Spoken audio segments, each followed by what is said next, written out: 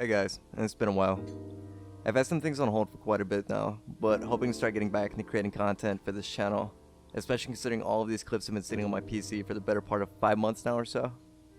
At the time, a friend of mine brought me this Dell PC and wanted to see what I could do with it for around $100. So, let's hop into it.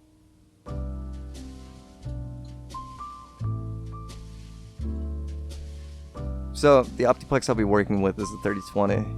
I'm not sure if all of these come in a standard spec or not, but this one's pretty decent. While the case itself isn't too much to look at, nor does it provide much for cooling or expansion, it is housing an i5 4670, and that was a nice surprise. I was expecting it to be an old 775 system. The processor itself may not be brand new, however it will be holding up just fine for most, if not all games, and everything else. While the i5 was a nice surprise, the power supply wasn't, which means that will have to be replaced. On top of that, the motherboard is only sporting 4 gigs of RAM, and there isn't a GPU. But it's all easy to take care of. Now, as you can see, we aren't really working with much. One rear mounted 90mm fan, a top mounted power supply, a motherboard with a very modest I/O, and only 4 expansion slots in the bottom. Not any major problem, but it could also be better. Bear in mind, while working with these PCs, you may run into a similar problem. Dell uses a proprietary 8-pin motherboard power plug instead of a 24-pin power plug. You can see it highlighted within the red circle. The only approach I've found is to buy an adapter from ModDIY. I only paid $15 for mine. I'll leave the link in the description.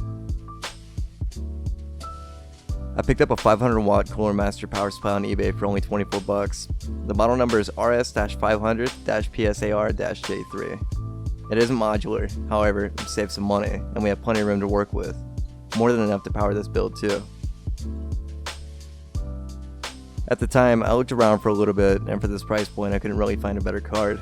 I snagged an HT7850 on eBay for 60 bucks. This card is definitely quite a bit older, however, there's still some use in it.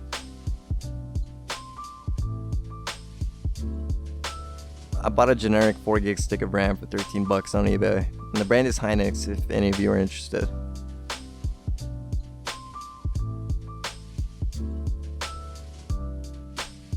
Alright, so this was all relatively easy to put together. Just plug in the ModDIY connector into the motherboard, swap the PSU, install the GPU and the extra stick of RAM, and you're pretty much set.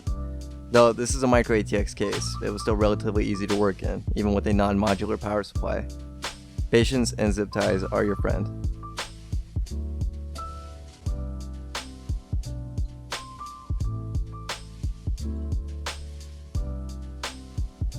Unsurprisingly, everything went as planned. The power supply adapter worked like a charm, and no hiccups anywhere.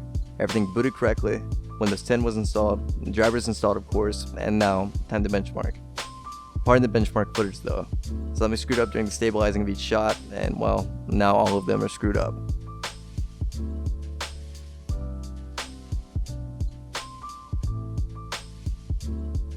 So for the Heaven benchmark, I ran the medium preset at 1080p.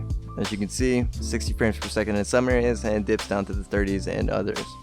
Not entirely surprised considering the age of the card, but it will do fine for the games that he wanted to play.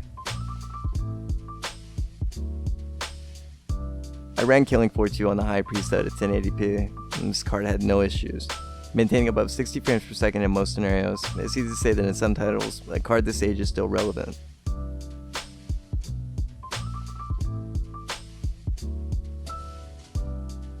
I ran the Metro benchmark utility on the high preset at 1080p, which pleasantly surprised me with how well this card handled it.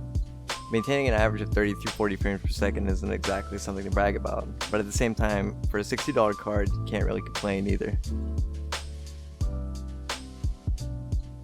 For the Forest, I used the highest preset at 1080p, and this card had no problem at all.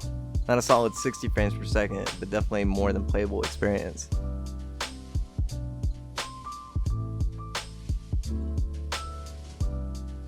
So all in all, for around 100 bucks, this performs pretty well. I know 5 months later, my friend is still happy with it. None of the parts have had any issues, and everything he plays fine, apart from Overwatch. So is upgrading a pre-built office PC good? For 100 bucks, I'd say yes. In some cases, you could probably get away with just buying a new GPU and just using that. But either way, it's hard to beat the Shroud if you have a used PC just laying around. though honestly the only catch is you have to have a used PC first, but it's still a good route. So with all that, thanks for watching. If you haven't already, check out some of my other videos. Leave a comment as to what you think about the whole upgrading an older PC process, and subscribe if you enjoyed the content. Credits to the music can be found here and in the description. More content coming soon, no promises, but I definitely do have some things lined up that I want to get on here. Stick around.